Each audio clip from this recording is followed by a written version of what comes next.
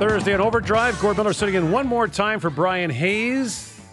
Back here, our defense is covered. We've got the blue line covered today.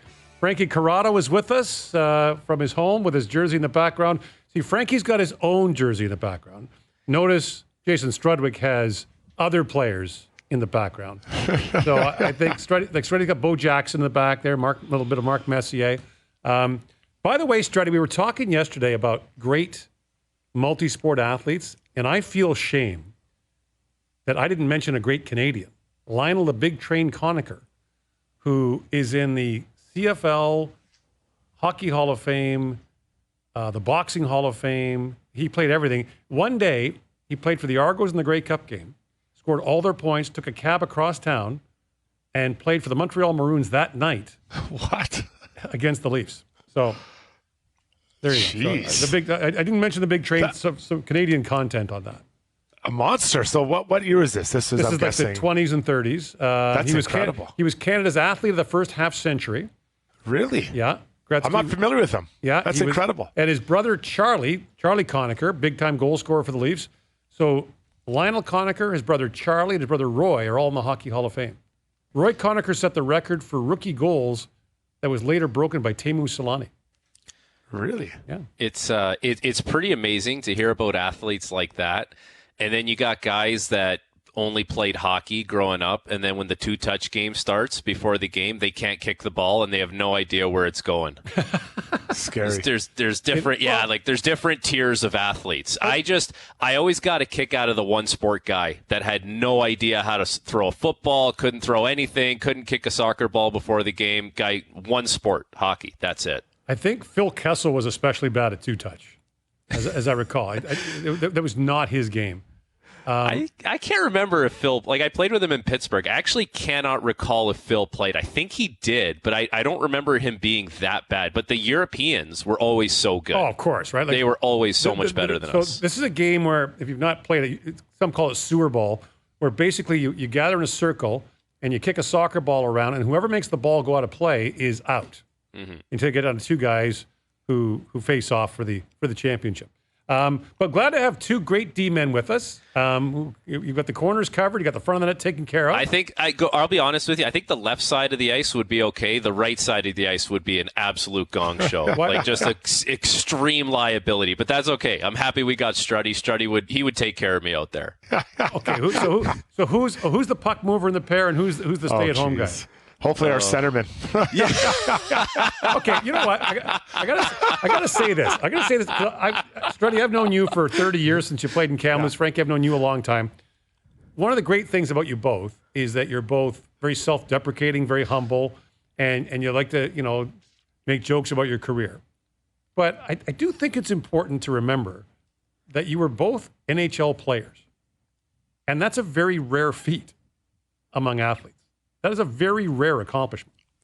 Yeah, no, listen, I get it. I'm really proud, and just like Frankie, of our career, and I do appreciate the kind words. We both do. But in all honesty, the difference between me and Division I men's league is 1,000 miles. The difference between me and Connor McDavid is 1,000,000 miles. Right? That's, and I think that's just the truth. So I think I can't speak for Frankie, but I feel more humbled because I saw how good the very best was. If you are at any sport, you're able to go in and just do what you want against the best of the best. So everyone who makes it to the NHL, they were all freaks. They grew in minor hockey, they got to junior, they were the best. They were the freaks. That guy that goes onto the ice, you're like, man, that guy's good. Yeah, that guy is maybe the guy that could maybe play against the best of the NHL. And so, and I see, I remember playing with Hoggard against Lemieux or Gretzky, and I'm just like, I'm not even close to these guys, and I'm so far above everybody else, Frankie. I think that's why, like I said, very proud of what I accomplished, but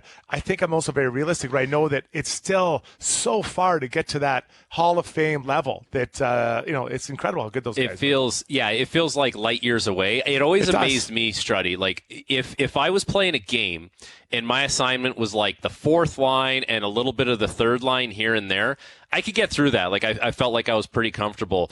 If there was we got caught on a change or for some reason, we got mixed up with the lines and now I'm playing against the second or first line, it's like it was a different game. It was like the game completely changed. And now I wasn't playing hockey. I was playing like survive out there or try not to get a minus. Like, it was totally different. The discrepancy between the really skilled guys and the guys that are, lower in the lineup, just kind of just guys, basically. Well, do you find it more pronounced now in the cap era? Most teams are loaded up on those top two lines. They might not have. I mean, you think about Detroit before the cap. Those great Detroit teams in the early 2000s. I mean, they went 3-4 lines deep. I mean, they had Igor Larionov on their fourth line with Brett Hull and Luc Robitaille. Yeah, I remember when Datsuk and Zetterberg came in, and it was like those guys. They had Shanahan, Eisman, all these amazing players, and I was playing against Datsuk and Zetterberg, and my coach Mark Crawford was like, "You got to stop them." I'm like, they're pretty. I can't say what they're saying, but they're pretty good. Like, they're really good players, and this is the third or fourth line. These guys might be good. Yeah, and so I think it's unfair, to talk about, or not for you, Gord, but people say, well, the game is so much fast, and it is faster for sure. But I think the skill, the way the guys shot and all that, they could still. I mean, their skill was off the charts. Like, you touched on Timmy Solani, the way he'd shoot it, or Brennan Shannon, his ability to release, all that kind of stuff. They were so skilled. But now I think the skill runs deeper through the lineup. The fourth liners, and though I used to love it when the fourth liner go out there, I'm like, okay, I'm probably going to get out here. Probably these guys are going to try to fight me, and they're going to be fighting the puck at the same time. So probably not going to get scored on. There's just their attention is everywhere except for but if they ever did score, man, I hated that celebration. It was the worst. How could you let those guys score? So when I went out there against those guys, I'm like, okay, can I get 40 to 50 seconds out there without them wanting to fight me, but letting them fight the puck as much as they want in the corners? Like, you didn't want to, because you wanted to get the full 50-second shift. Because if they changed, the first line came out is most likely changing, right? So the depth, I think, and the skill is incredible. Like, I was out today, I was coaching, helping out the Edmonton Oil Kings with their training camp, right? The junior team here in Edmonton. Yeah. And I look at these guys skating around and the way they're skating and passing, and everyone, like, there's no, like, obviously there's a top end and a bottom end, but the bottom end is much, much higher than I remembered ever being, for sure, in junior hockey. It's funny how different it is now. And like, Gord, you've been calling games forever. Like, you would have seen this evolution happen. But this past year, and I think I've told you guys, or I've said it on this show before, but I was at a Leaf game, not working. I was in the alumni box just watching. I was with my wife, and Chris Versteeg was there with his son. And we're watching the game. We're sitting next to each other. And we got this snowball commentary going where he goes, "See right there? Some mutant would have buried me right there." And no one made any contact, right? And then we started we sat there and we amused ourselves going through every shift. It's like, okay, that would have been a box out. That would have been a hit. That would have been, and it's like, it has changed so much where it is more free flowing. There's less obstruction. And, even from when the obstruction kind of left to now, like, it really has changed so much, but that's part of the skill. And I think that's part of the way, the game is more conducive to those players having success, where you don't have mutants that can maul you in the corner before you try and get to the net. Struddy. Yeah, I loved it. I loved it. And I love slowing guys down. Like, you think back to guys like Darian Hatcher, Scott Stevens, Kevin Hatcher, just so big, Raftery, all these huge human beings. And then you think of the skilled players at that time, like Paul Correa, Joe McGinley, Peter Forsberg. They had to work so hard to get to the front of the net because they were getting mauled, attacked, use anything you wanted to do it. Now it's a little bit different. So I think that I don't think it's fair to say it's easier to score now, because I do think that there's maybe less obstruction, but everyone can skate. The defensemen, they can all skate and take away space and take away your time and space. So now, instead of having a half second, you maybe have a fraction of a second to get that shot off. So I think it's changed and evolved a bit, but both were difficult times to score in, for sure. Well, it's funny, I was down in the States and the NHL Network was on, and I was down there for a game, and I flipped it on, and it was a Colorado-San Jose playoff game. And I was calling it. It was me calling the game. And I'm watching this, and I'm praising Mike Rathje, you mentioned his name, for this great defensive work on Peter Forsberg. It was a non-stop penalty fest. It was 20 seconds of 15 penalties. Holding, interference, slashing, cross-checking, like it was all of them. And you're kind of like, God, that's what we used to think. Like, we used to think that was great defensive play, but you think about it, how it changed. And I want to get to a number in a second for you guys about how rare it is to play in the NHL. But you think about how it's changed since then. So in 2004, the last year before the work stoppage, the lockout, as you guys like to call it, as it was, there were 89 playoff games that year. The team that scored first won 71 of them. In the Stanley Cup final that year between Tampa and Calgary, not only did the team that scored first win every game, there were no lead changes the entire 7-game series. The lead never changed hands. Like in those days when you got the lead, it was over, right? Like you could put a movie on the scoreboard. When New Jersey was up 2-0, forget about it, right? Like, Struddy, you were playing that. Oh yeah, if New Jersey had a good warm up, they were going to win the game, right? Because they just lock you down. It was crazy. But you know what? I remember that 2004, the lockout and the rule changes. So before that, the season previous, I was at the Blackhawks. We went to play in Toronto against the Leafs, and my assignment was shutting down Matt Sundin. I held on to him. It was awful. Like I was like a backpack. It looked like he was number 34, not number 13. At the end of the game, he finally looks at me. He's like, "Are you done? Are you finally finished?" Like yelling at me, and I'm like, "I've only got 2 more minutes, man, to hold on to." And he was so mad, and we won. but the thing is, Struddy, to be fair, and I say this with great respect. Yeah. That people didn't pay. No, they paid to go see Sundin play.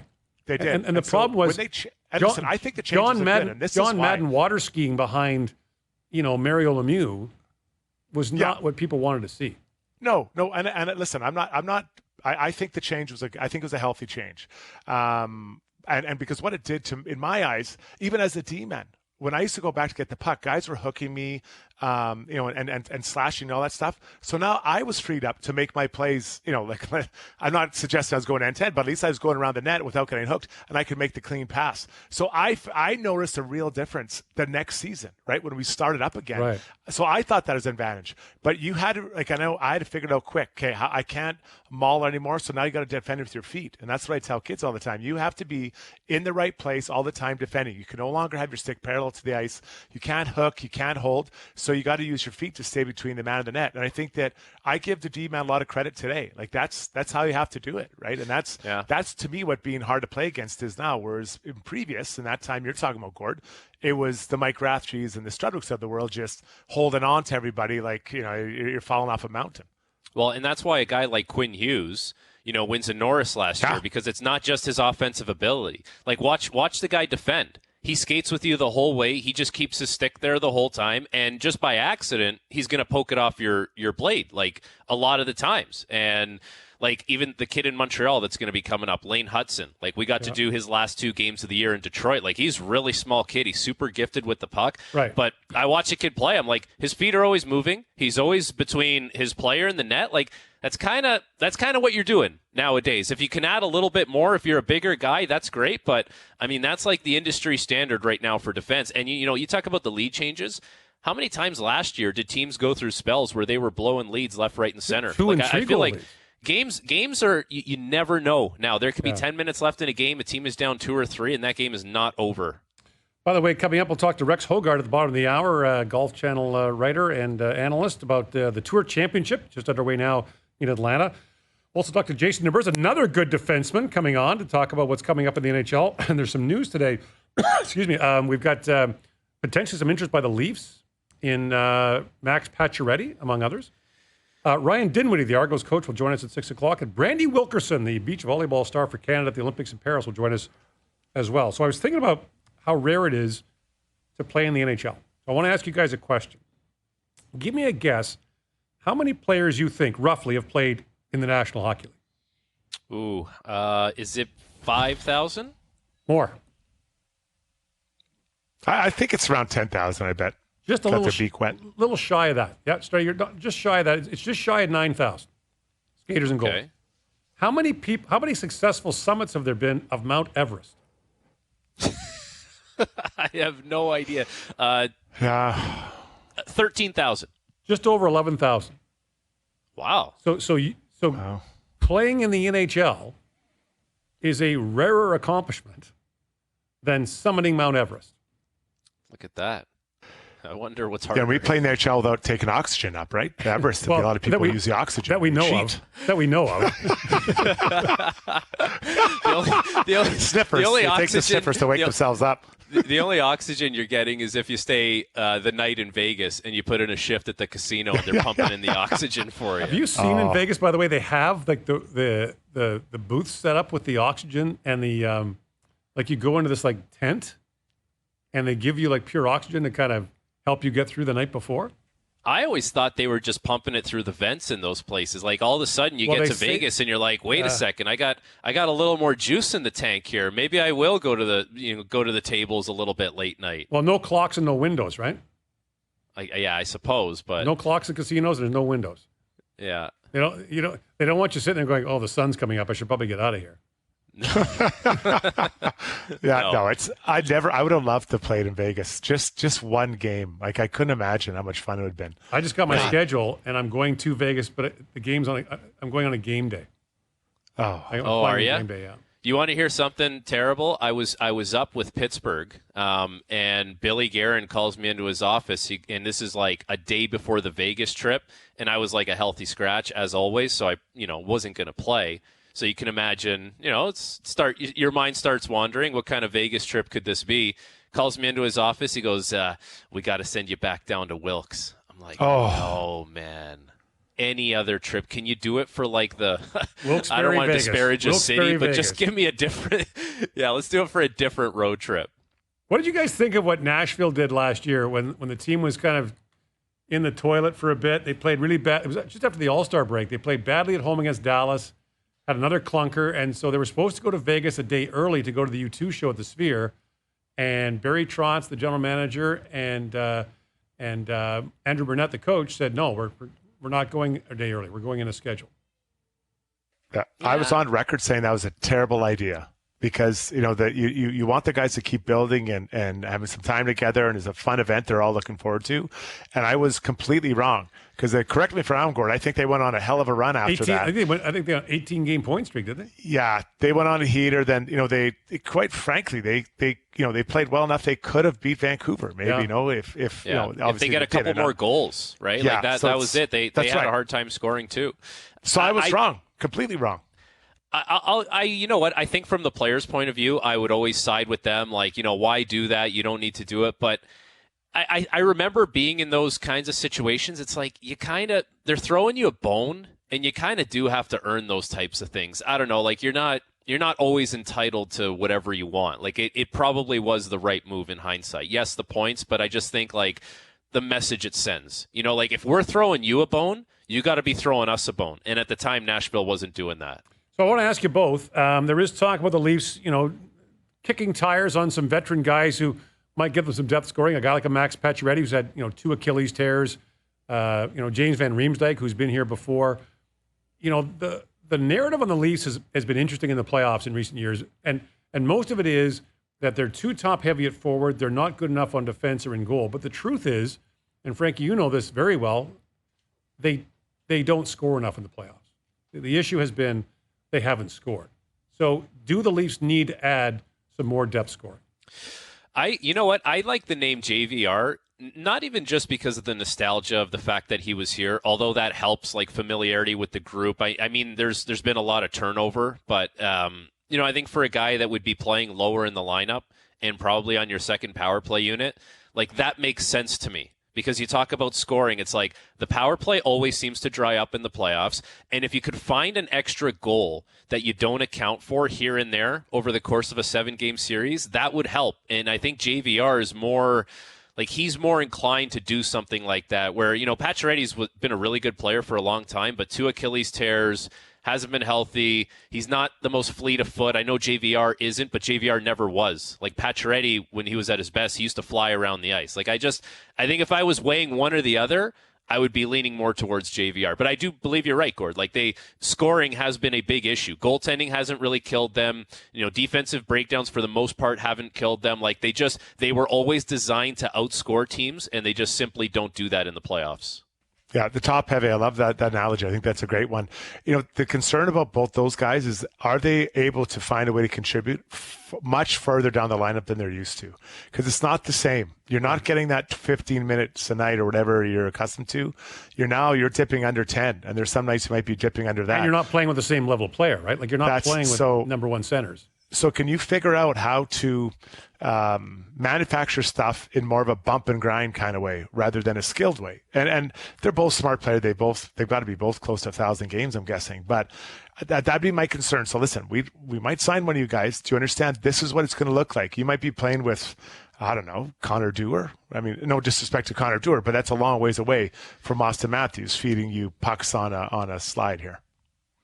Yeah, I mean, like JVR was playing lower in the lineup in Boston, and I think he had a better year last year than he did the year before in Philly. So I don't know, but yeah, I think you probably want to leave a little bit of an opening for Nick Robertson, but at the same time, like how many teams have to go deep into their pool of players if you're going deep into a playoff run, right? Like you got to be thinking you're 14, 15 forwards deep, like for a whole season, and you're 8 plus, maybe 9, 10 defensemen deep. And so, like, I think, of course you have to manage the cap, but you have to make sure that you're kind of hedging your bets both ways, because you just don't want to get caught with guys that have no business being in the lineup. Well, I think one of the things we're seeing in recent years is teams are taking flyers on guys, right, to try to find someone, because you need someone. I remember talking to a pro scout at a game this year, and he basically took the lineup sheet and just crossed out, all the top players and said, I'm out looking for someone who makes under $2 million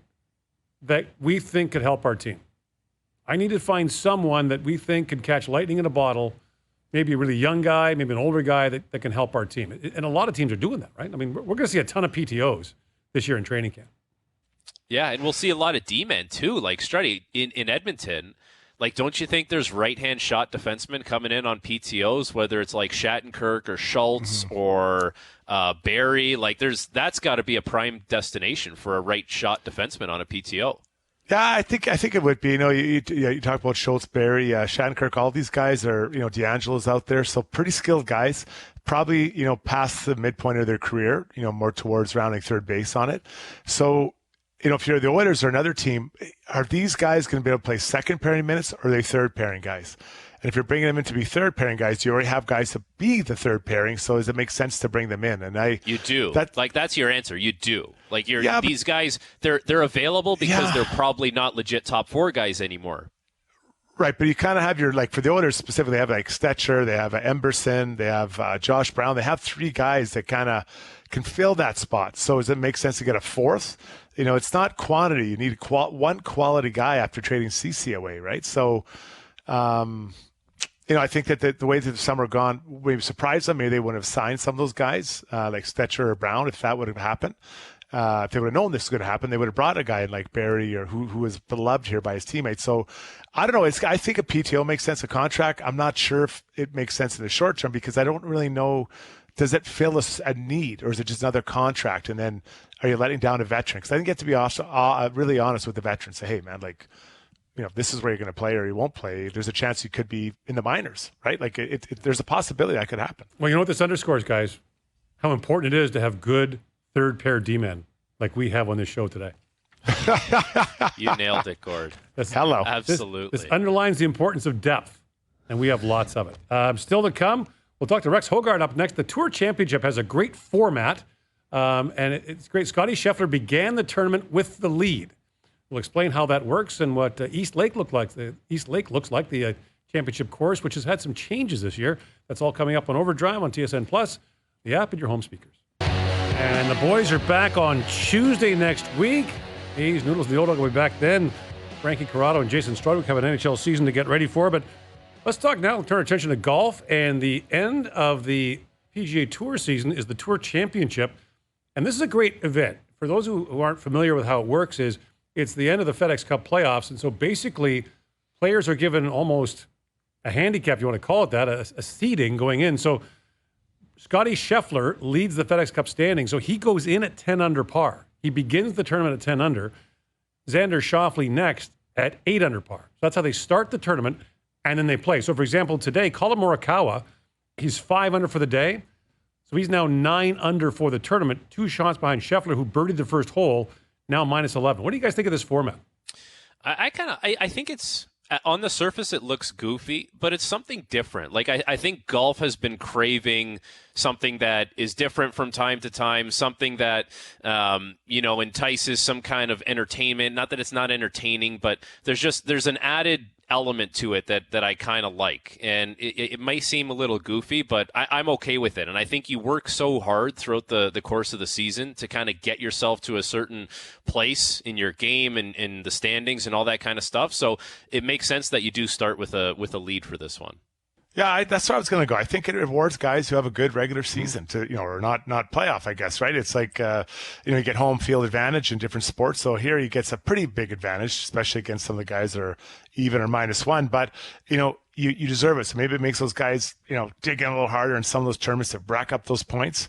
And then, the financial implications are pretty significant as well. First, second, and third are some pretty big numbers. So I think guys will be really crunching it, trying to catch a guy at -10. $100 million purse this week. And I think the other thing, too, that comes into this, it's like, I don't know, was there a time in golf where guys didn't want to show up to certain tournaments unless they had to, or it was only the big ones? And it's like, hey, man, if you want a shot at the biggest purse, and all the financial implications that come with that, you may have to show up to a few over the course of the season that you don't want to, because you want your score to be higher and you want, a better chance at the Tour Championship. So I think it incentivizes players that show up to a large quantity of tournaments as well. So you're both old school guys. This will probably turn your stomach. There was a discussion at an NHL general managers meeting one year that if 2 teams were facing each other in a playoff series and one team had like 30 points more than the other, they get an extra home game.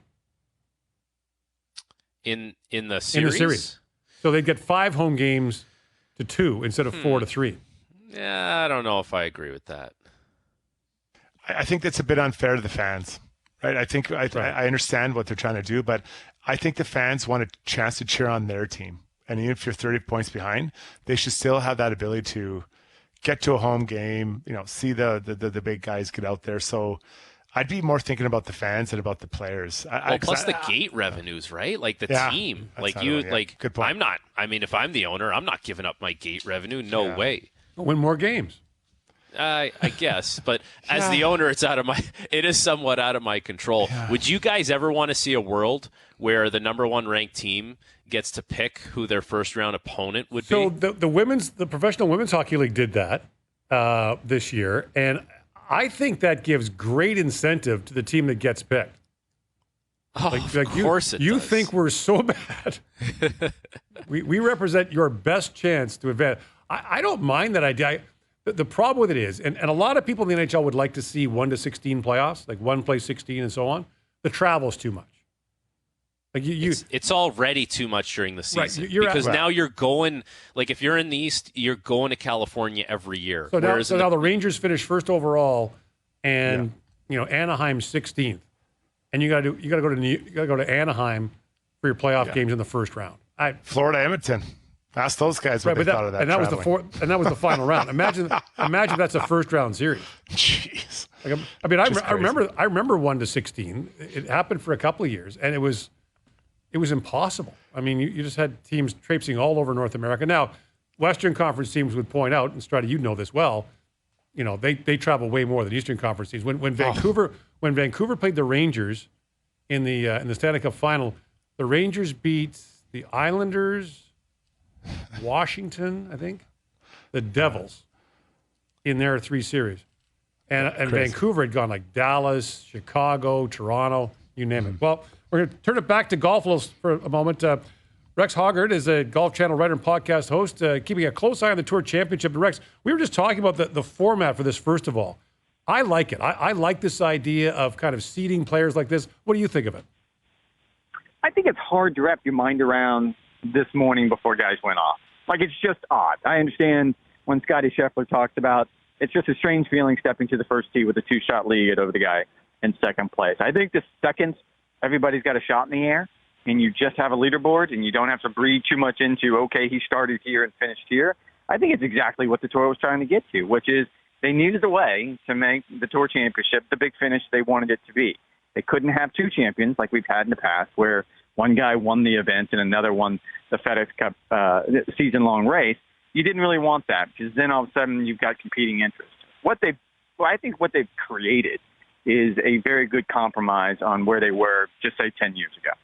Okay, so Rex, you're at the course at East Lake, which has undergone some pretty significant changes now, right? Gone from par 70 to 71, and they've made some significant adjustments to the course. What are they and why'd they do it? I think for a golf course that got redesigned, whatever it is you want to call it, but kept the same footprint, like all the holes are still in the same corridor, it is a completely different golf course. And that's not me saying it, that's the players saying it. Andrew Green, who, of course, redesigned Oak Hill before the PGA Championship last year, he really came in here with a concept. He found an old aerial photo from 1948 of what Donald Ross really was trying to do with this piece of property, and he tried to dial it back. And I think in some places he hit some home runs, and some others he's probably on a strike too, to be honest with you. And it's probably going to take a year or two before it matures and grows in, and we get a full taste of what it's going to be like. But I think by and large, most of the players like what he was trying to do and where we're going to end up being. Because if you talk to most players, even though there's a lot on the line this week, there's a lot of money, there's a lot of prestige, this golf course was pretty mundane. It was pretty forgettable, to be quite frank with you. It was just sort of up and back. There was nothing interesting about it. And Andrew Green created something that is very interesting. So there's a lot of money riding on this tournament. What is the approach that someone who starts off 8, 9, 10 strokes behind, is there an approach they need to take to try to bridge that gap in this short time? I think whatever Colin Morikawa took at the turn just now is the approach that everyone seems to take. I think he's birdied 6 straight holes. Justin Thomas probably said it best, that, look, he started in that 10-shot back category. He was the 30th guy into the 30-man field, as you pointed out, with the starting stroke system. He started 10 strokes behind Scotty Scheffler. And he knows it's a long shot, but at least you have a shot, and you know what you have to do. You have to be very, very aggressive. And I think that's what causes this to be a bit of a unique, let's call it a unicorn, when it comes to the rest of the PGA Tour, because Justin Thomas is going to start today with a much more aggressive approach than he ever would start a 72-hole tournament on the PGA Tour, because he knows I need to make so many birdies if I'm going to make up this ground. And there's no reason to worry about going in the other direction. You can't finish worse than 30th. You know, when you talk about the renovations, one of the big thing that pops up is the greens. They're really firm. You know, the slopes are different. The runoffs are different. With all that being said, and, you know, you can get into the greens if you want and how they design them, but is it going to be harder for guys to make up ground with these firmer greens? I would have said 100%. If you would have told me, and look, we can go down Scotty Scheffler's history at this event, starting with the lead, the strokes gained, starting strokes lead, and he has struggled with it.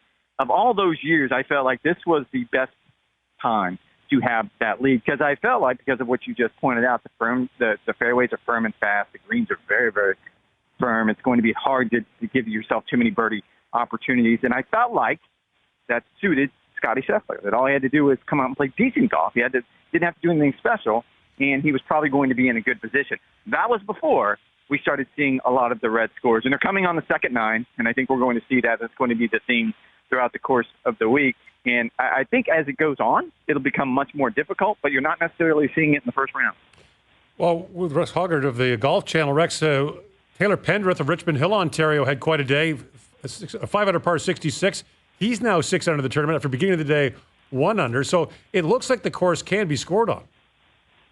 It certainly can. Again, I'll go back to whatever it is Morikawa is doing out there. It doesn't seem like he's playing the same course as some of those guys. And I love the narrative, sort of the subtext to what's going on this week, and Taylor would be in this category, where you have so many guys who are trying to make that 11th hour sort of heroic move to impress the captain. In the case of the International President's Cup team, it's Mike Weir. And there's a couple of other players in the field, certainly on both sides, the U.S. and the international team side. But I think that's a cool element of this tournament as well. How does a guy like Adam Scott bounce back? You know, the flat stick failed him last week on Sunday. The greens aren't going to be as easy this time around. Like, I don't know. How does a guy like that bounce back? I think it helps to be Adam Scott. I don't mean to say that lightheartedly, but he has found what made him so special throughout 2 decades, throughout the course of his career. And recently, I remember talking with him at the Scottish Open just a few weeks ago about how his ball striking had really fallen off. And that had always been the hallmark of his game. He had always been one of the game's best ball strikers. He was always plenty long and still plenty long off the tee. And his iron play was sublime. I mean, probably Scotty Scheffler is the only player that's better than him when they're both playing their best golf. But something clicked for Scotty right around the Scottish Open, and it continues to improve. If you look at his stats, the things that he has done well throughout the course of his career, he's doing well right now.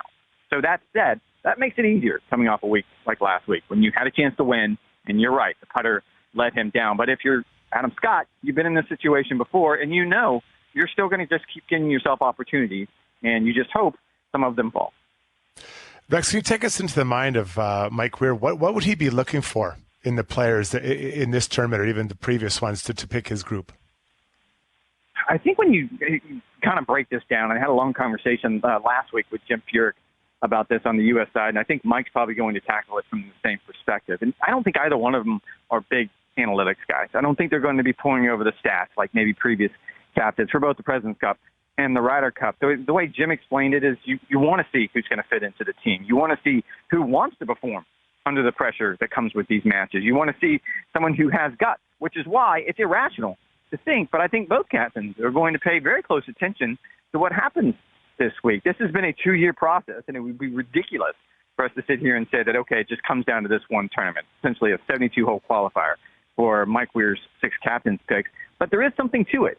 Because if you can show up here at Eastlake with your back against the wall and you can prove to the captain that, yes, when the pressure is the highest, I can perform, I think both captains would actually absolutely love that player. With Rex Hoggard of the Golf Channel. Rex, you mentioned Adam Scott and his putting. One of the things that amazes me about Scotty Scheffler is, A, how dominant he is, which is very hard to do in golf, but B, he does it with putting that would be, I don't know, you use the word, I would say mediocre at best. I think that's fair, and I think he's come a long way in the last year. If we were having this conversation at this point last year, I remember a bunch of times when he led the field by many, many strokes, ball striking tee to green, and was last in the field in strokes gained putting. And that was sort of the formula, where he can only hit the ball so well, and yet he can't break through. He found a way, and he worked hard at it to mitigate that, and I think that's why we end up with a 6-time winner on the PGA Tour and a major championship, one more major championship on his belt, and gold medal, and all the accolades we could give him. I did think it was interesting. My colleague Randall Chambly said earlier this week on Live From, kind of broke it down in a really interesting way, that the redesign of this golf course should favor Scotty Scheffler because it was always a putting contest, in Randall's opinion, before, and that's the worst part of Scotty's game. So if you take that out of the equation and you sort of bring everyone back to the medium, and that's kind of what he felt like Andrew Green did with the redesign, that it was going to favor Scotty. I think what you're seeing, though, over the last 3 or 4 weeks with Scotty Scheffler is a level of aggravation that we haven't seen out of him. And I think it's precisely for the reason you just said. You can only hit the ball so well and miss so many putts before it finally starts getting to you. What do you see in here out of Keegan Bradley? Because, he's got to be one of the busiest guys on tour with everything he's got going on. He's playing tournaments. He's winning big tournaments. He's got to worry about the President's Cup. Like, sometimes when there's too much happening for guys, I feel like their game may fall by the wayside. Like, that is certainly not happening to him. Like, what's the feel around Keegan Bradley right now? And don't forget, he's also the captain of that little team next year that's going to take on the Europeans at the Ryder Cup. So, yeah, he's got a lot on his plate going on. You're absolutely right. In a weird way, and again, I hate to keep quoting Brando Chambly, you guys would be better off having him on the show, but Brando actually brought up a good point about what happened last week with Keegan Bradley. And it's almost to the fact that when he got the nod from the PGA of America that he was going to be the U.S. captain for next year's Ryder Cup, that in some way inspired him. It almost made him feel like, I do belong, that I am good enough to come out and compete with these guys. You look at, again, we're talking about another guy who hits the ball really well and has struggled historically on the greens, and Keegan kind of has done that. And what's turned around really the last 2 or 3 weeks is you look at his strokes gained putting, he is top 5. He's right there along some of the best in the game. I don't know if that's temporary or not, but he's really good at compartmentalizing, and I think in a weird way, all of those distractions that you just referenced almost motivate him. Rex, thanks for talking to us. Enjoy East Lake. Looks like it's going to be a fun weekend. Looking forward to it. Thanks, guys. All right, there's Rex Hoggard for the Golf Channel. Scotty Scheffler now a 3-shot lead. He's 200 for the day on Colin Morikawa, who is charging hard in Atlanta. So there you go. That'll be interesting to watch this weekend. And the FedEx Cup is at stake, which was kind of gimmicky at first. I'm into it now. I got to be honest. I'm kind of into it now. I'm okay with it. I think, like we said, incentivizing players for having success is never a bad thing. Like, that's just I don't know. You want guys to show up when maybe they're not supposed to, and you want guys to play well and put the pressure on them. So I have no problem with it. We're going to come back at the top of the hour, and or later on, we're going to talk to Ryan Dinwiddie of the Toronto Argonauts, their head coach. More to come on that as well. But when we come back, you guys may know this, but sometimes I like to take a contrarian stand on things now and then. Steph Curry has signed a 1-year extension with the Golden State Warriors. Is it possible that he's underpaid? We'll talk about that as Overdrive continues on TSN Plus, the TSN app, and your home speakers. Thursday afternoon on Overdrive, Gord Miller with Frankie Corrado, Jason Strudwick. We'll be joined by Jason Demers at the top of the hour, so we'll have a trio of great NHL defensemen to keep the front of the net clean, right? We'll try. Frank, you didn't seem too enthused by that. I think. I mean, it's very nice of you to put me in the category with the other two guys, but All right. they were regulars. So, I just was told not to mess with the regulars. Speaking of which, Struddy, you mentioned Mark Crawford a minute ago. Remember when they used to mic coaches when we first came back in like 2003 or so? They had coaches mic'd. Mark Crawford was mic'd up, and he said to the fourth line of Vancouver, "Just try not to hurt us, guys." Yeah. Just give us 45 seconds and get off and try not to hurt us.